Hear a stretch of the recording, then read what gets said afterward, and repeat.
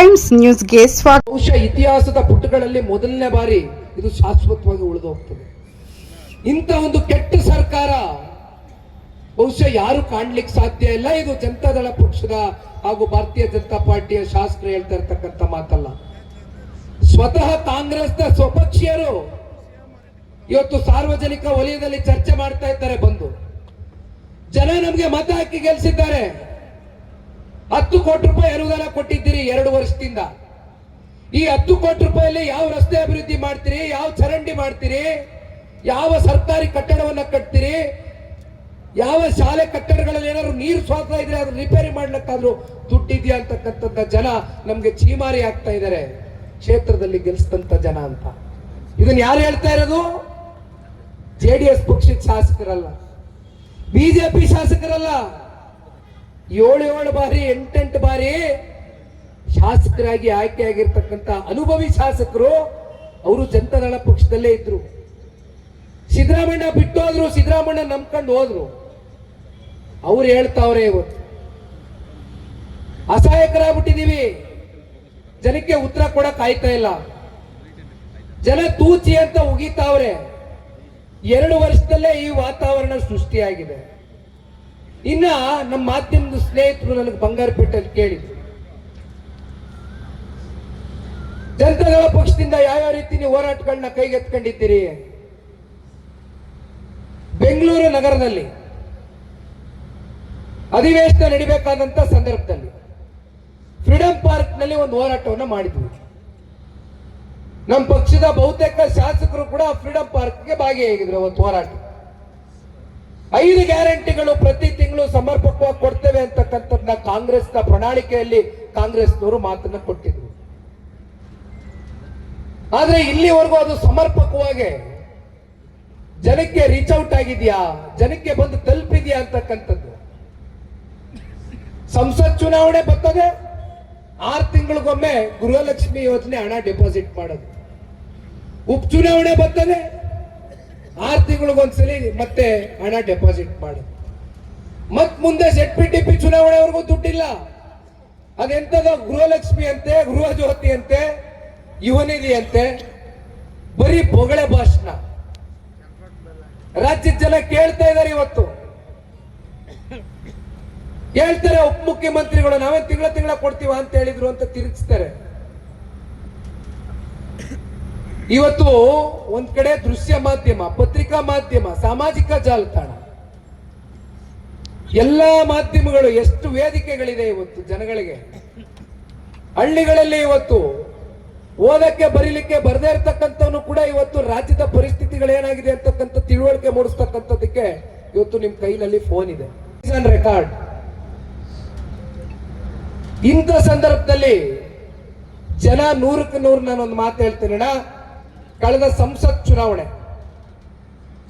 ಚುನಾವಣೆಯಲ್ಲಿ JDS BJP ಒಟ್ಟಾಗಿ ಚುನಾವಣೆ ಮಾಡಿದ್ವಿ. 28ರಲ್ಲಿ 19 ಜನ ಸಂಸದರು ಆಯ್ಕೆ ಮಾಡಿ ಕಳಿಸ್ಕೊಟ್ರು ರಾಜ್ಯದ ಜನತೆ ಆಶೀರ್ವಾದದಿಂದ. 151 ವಿಧಾನಸಭಾ ಕ್ಷೇತ್ರಗಳಲ್ಲಿ ಜನತಾದಳ ಪಕ್ಷ ಮತ್ತೆ ಬಿಜೆಪಿಯ NDA ಮಿತ್ರಕೂಟದ ಅಭ್ಯರ್ಥಿಗಳು ಲೀಡ್ ನಲ್ಲಿ ಇದ್ರು. ಅಂದ್ರೆ 1 ವರ್ಷದಿಂದ ನಡೆದಂತ ಸಂಸತ್ ಚುನಾವಣೆಯಲ್ಲಿ 150ಕ್ಕೂ ಹೆಚ್ಚು NDA ಅಭ್ಯರ್ಥಿಗಳು ಲೀಡ್ ನಲ್ಲಿ ಇದ್ದಂಥದ್ದನ್ನ ನಾವು ಕಾಣಬಹುದು. ಹಾಗಿದ್ರೆ ಇನ್ನ 3 ವರ್ಷದಲ್ಲಿ ಯಾವ ಮಟ್ಟಕ್ಕೆ ಕಾಂಗ್ರೆಸ್ನ ಈ ಆಡಳಿತದಲ್ಲಿ ಕಾಣ್ತಾ ಇರ್ತಕ್ಕಂಥ ಕುಸಿತ ಇನ್ನು ಯಾವ ಹಂತಕ್ಕೆ ಹೋಗಿ ತಲುಪುತ್ತೆ ಅಂತಕ್ಕಂಥದ್ದನ್ನ ನಾವು ಆಲೋಚನೆ ಮಾಡಬೇಕಾಗ್ತದೆ. ನಾನೊಂದು ಮಾತನ್ನ ಹೇಳ್ತೇನೆ ಎಲ್ಲ ಯುವ ಸಮುದಾಯದ ನನ್ನ ಅಣ್ಣ ತಮ್ಮಂದರಿಗೆ, ನನ್ನ ಮಿತ್ರರಿಗೆ, ರಾಜಕಾರಣ ಅಧಿಕಾರಕ್ಕೋಸ್ಕರ ಮಾಡ್ತಕ್ಕಂಥದ್ದಲ್ಲ. ಸಮಾಜದಲ್ಲಿ ಏನಾದ್ರೂ ಒಂದು ಬದಲಾವಣೆ, ಸಮಾಜದಲ್ಲಿ ಏನಾದ್ರೂ ಒಂದು ಪರಿವರ್ತನೆ, ಒಂದು ಕ್ರಾಂತಿಕರವಾದಂತ ಹೆಜ್ಜೆಯನ್ನ ಇಡಬೇಕು ಅಂತಕ್ಕಂಥ ದೃಷ್ಟಿಯಿಂದ ನಾವು ನೀವೆಲ್ಲರೂ ಹೋರಾಟ ಮಾಡೋಣ. ಅಧಿಕಾರ ಭಗವಂತ ಕೊಡ್ತಾನೆ, ಜನ ಗುರುತಿಸ್ತಾರೆ. ಅಧಿಕಾರದ ಹಿಂದೆ ಓಡೋಗ್ತಕ್ಕಂಥದ್ದು ಬೇಡ. ಅಧಿಕಾರ ನಮ್ಮನ್ನ ಹುಡ್ಕ ಬರಬೇಕು, ಜನಕ್ಕೆ ಅನ್ನಿಸ್ಬೇಕು, ಇಲ್ಲ ಈತ ಯೋಗ್ಯನಿದ್ದಾನೆ, ಇಲ್ಲ ಈ ಪಕ್ಷ ಯೋಗ್ಯ ಪಕ್ಷ, ಈ ಪಕ್ಷಕ್ಕೆ ಈ ನಾಯಕನಿಗೆ ನಾವು ಅಧಿಕಾರ ಕೊಟ್ರೆ ರಾಜ್ಯದ ಜನತೆ ಸಮೃದ್ಧವಾಗಿ ಜೀವನ ಮಾಡ್ತಾರೆ ಅಂತಕ್ಕಂಥ ಆತ್ಮವಿಶ್ವಾಸವನ್ನು ಮೂಡಿಸಬೇಕಾಗಿದೆ. ಸೊ ಸನ್ಮಾನ್ಯ ದೇವೇಗೌಡರು ಸಾಹೇಬರ ದೀರ್ಘಕಾಲದ ರಾಜಕಾರಣದ ಹೋರಾಟ, 64 ವರ್ಷದ ರಾಜಕಾರಣದ ಬದುಕಿನಲ್ಲಿ ಕೇವಲ 3.25 ವರ್ಷ ಅಷ್ಟೇ ಅವರ ಆಡಳಿತ ಪಕ್ಷದಲ್ಲಿ ಮುಖ್ಯಮಂತ್ರಿಗಳು, PWD ಮಂತ್ರಿ, ನೀರಾವರಿ ಸಚಿವರು, ಪ್ರಧಾನಮಂತ್ರಿಗಳಾಗಿ ಕೆಲಸ ಮಾಡಿರ್ತಕ್ಕಂಥದ್ದು. ಇವತ್ತಿಗೂ ಅವರು ಹೋರಾಟದ ಕಿಚ್ಚು ಕಮ್ಮಿ ಆಗಿಲ್ಲ. 93 ವಯಸ್ಸಿನ ದೇವೇಗೌಡರು ಸಾಹೇಬರು ಆಗಿದ್ದಾಗ ನಾವು ನೀವು ಅವ್ರ ಮುಂದೆ ಯಾವ ಲೆಕ್ಕ? ದಯವಿಟ್ಟು ಧೃತಿಗೆಡೋದು ಬೇಡ. ಸಮಯ ಬರುತ್ತೆ, ಸಂದರ್ಭ ಬರುತ್ತೆ, ಹೋರಾಟ ಮಾಡೋಣ. ಯಾವ ಕಟ್ಟ ಕಡೆಯ ವ್ಯಕ್ತಿ, ಯಾವ ಸಮಾಜಗಳು ಆರ್ಥಿಕವಾಗಿ, ಸಾಮಾಜಿಕವಾಗಿ, ಶೈಕ್ಷಣಿಕವಾಗಿ ಹಿಂದುಳಿದೋಗಿದೆ, ಕೇವಲ ಅವ್ರನ್ನ ಚುನಾವಣೆ ಸಂದರ್ಭದಲ್ಲಿ ವೋಟ್ ಬ್ಯಾಂಕ್ ಆಗಿ ಬಳಸ್ಕೊಳ್ತಕ್ಕಂತ ಕಾಂಗ್ರೆಸ್ನ ಪಕ್ಷವನ್ನ ನೋಡ್ಕೊಂಡು ಬರ್ತಾ ಇದ್ದೀರಿ.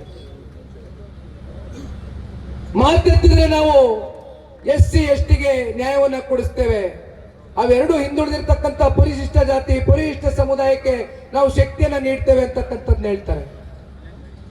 ಆದ್ರೆ ವಾಲ್ಮೀಕಿ ನಿಗಮದಲ್ಲಿ ಯಾವ ರೀತಿ ಒಂದು ಅಕ್ರಮ ಭ್ರಷ್ಟಾಚಾರ ಆಯ್ತು ನೋಡಿದ್ರಿ. ಬಹುಶಃ 187 ಕೋಟಿ ವಾಲ್ಮೀಕಿ ನಿಗಮದಲ್ಲಿ ST ಸಮುದಾಯದ ಅಭಿವೃದ್ಧಿಗೆ ಇಟ್ಟಿರ್ತಕ್ಕಂಥ ಹಣ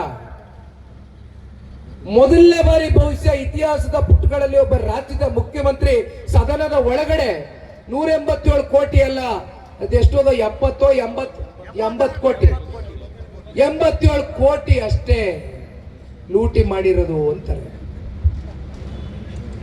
ಕಳ್ಳ 10 ರೂಪಾಯಿ ಕದ್ರು ಕಳ್ಳೆ, 1 ರೂಪಾಯಿ ಕದ್ರು ಕಳ್ಳೆ, 1000 ರೂಪಾಯಿ ಕದ್ರು ಕಳ್ಳೆ, ಅದರಲ್ಲೂ ಸಮರ್ಥನೆ. ಇನ್ನ SCP TSP ಹಣ, ದಲಿತ ಕೇರಿ ಅಭಿವೃದ್ಧಿಗಳಿಗೆ ಇಟ್ಟಿರ್ತಕ್ಕಂಥ ಹಣ ಎಲ್ಲಿಗೋಯ್ತು, ಎಲ್ಲಿಗೆ ಬಳಸ್ಕೊಂಡ್ರಿ? ಮಾತೆತ್ತಿದ್ರೆ 4.5 ಲಕ್ಷ ಕೋಟಿ ದೊಡ್ಡ ಪ್ರಮಾಣದ ಬಡ್ಜೆಟ್ ಅನ್ನ ಕೊಟ್ಟಿದ್ದೇವೆ ಅಂತ ಬೆನ್ ತಟ್ಕೊಳ್ತೀರಿ.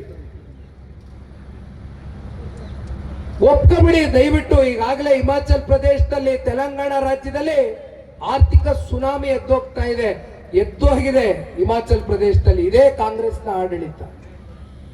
ತೆಲಂಗಾಣ ರಾಜ್ಯದ ಮುಖ್ಯಮಂತ್ರಿಗಳು ಹೇಳಿದ್ದಾರೆ, ನಾನು ನೌಕರರಿಗೆ ಸಂಬಳ ಕೊಡ್ಲಿಕ್ಕೆ ದುಡ್ಡಿಲ್ಲ, ಸರ್ಕಾರಿ ಕಚೇರಿಗಳನ್ನ ರನ್ ಮಾಡ್ಲಿಕ್ಕೆ ದುಡ್ಡಿಲ್ಲ, ಗ್ಯಾರಂಟಿಗಳು ಕೊಡ್ತೀನಿ ಅಂತ ಒಪ್ಕೊಬಿಟ್ಟಿದ್ದೀನಿ, ಅಥವಾ ಅದ್ ನಿಲ್ಲಿಸ್ಬೇಕು, ಅಥವಾ ಇದ್ ನಿಲ್ಲಿಸ್ಬೇಕು, ಅಥವಾ ಇನ್ನೊಂದು ಮುಂದುವರಿಸಬೇಕು, ನಾನು ಏನ್ ಮಾಡ್ಲಿ ಹೇಳಿ, ನಾನು ಅಸಹಾಯಕನಾಗಿದ್ದೀನಿ ಅಂತ ಅವ್ರೆ. ಒಪ್ಕೊಳ್ಳಿ ದಯವಿಟ್ಟು. ಕರ್ನಾಟಕ ರಾಜ್ಯದ ಮುಖ್ಯಮಂತ್ರಿಗಳು, ಉಪಮುಖ್ಯಮಂತ್ರಿಗಳು ಇನ್ನೆಷ್ಟು ದಿನ ಮುಚ್ಚುಮರೆ ಮಾಡ್ತೀನಿ? ವರ್ಷಕ್ಕೆ 55,000 ಕೋಟಿ ಬೇಕು ನಿಮ್ಗೆ ಗ್ಯಾರಂಟಿಗಳಿಗೆ. ನಾವು ಗ್ಯಾರಂಟಿಗಳನ್ನ ವಿರೋಧಿಸ್ತಾ ಇಲ್ಲ, ಕೊಡಿ, ಧಾರಾಳವಾಗಿ ಕೊಡಿ, ತುಂಬು ಹೃದಯದಿಂದ ಸ್ವಾಗತ ಮಾಡ್ತೇವೆ. ಆದ್ರೆ ಗ್ಯಾರಂಟಿಗಳ ಹೆಸರಲ್ಲಿ ಅಭಿವೃದ್ಧಿ ಶೂನ್ಯ, ಗ್ಯಾರಂಟಿಗಳು ನೀವು ತಲುಪಿಸ್ಲಿಕ್ಕೆ ಆಗ್ತಾ ಇಲ್ಲ. ನೀವು ಕೊಟ್ಟಂತ ಮಾತು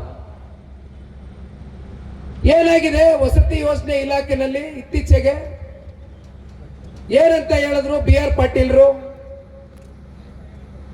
ಕಾಂಗ್ರೆಸ್ ಸ್ವಪಕ್ಷದ ಶಾಸಕರು ಹೋಗಿ ತನ್ನ ಮಂತ್ರಿ ಹತ್ರ ನನಗೆ ವಸತಿ ಕೊಡಿ ಅಂತಕ್ಕಂಥದ್ದು, ಮನೆಗಳು ಕಟ್ಸ್ಕೊಡ್ಬೇಕು ನಾನು ತಾಲೂಕಿನಲ್ಲಿ ಅಂತ ಅರ್ಜಿ ಹಾಕಿದ್ರೆ, ಆ ಅರ್ಜಿಯನ್ನ ಸುಮ್ಮನೆ ಜೇಬು ಇಟ್ಕೊಂಡು ಯಾವುದೇ ರೀತಿ ಪ್ರತಿಕ್ರಿಯೆ ಕೊಡ್ದಿರ, ಮತ್ತಿನ್ಯಾರೋ ಮಧ್ಯವರ್ತಿಗಳು ಅವ್ರು ಯಾರೋ ಕಳಿಸ್ಕೊಟ್ಟಂತ ಸಂದರ್ಭದಲ್ಲಿ ಪರ್ಸೆಂಟೇಜ್ ಇಷ್ಟು ಕೊಟ್ಟರೆ ನಾವು ಕೊಡ್ತೇವೆ ಅಂತಕ್ಕಂಥ ವಾತಾವರಣ ಸೃಷ್ಟಿಯಾಗಿದೆ ಅಂತ ಹೇಳ್ತಾರೆ.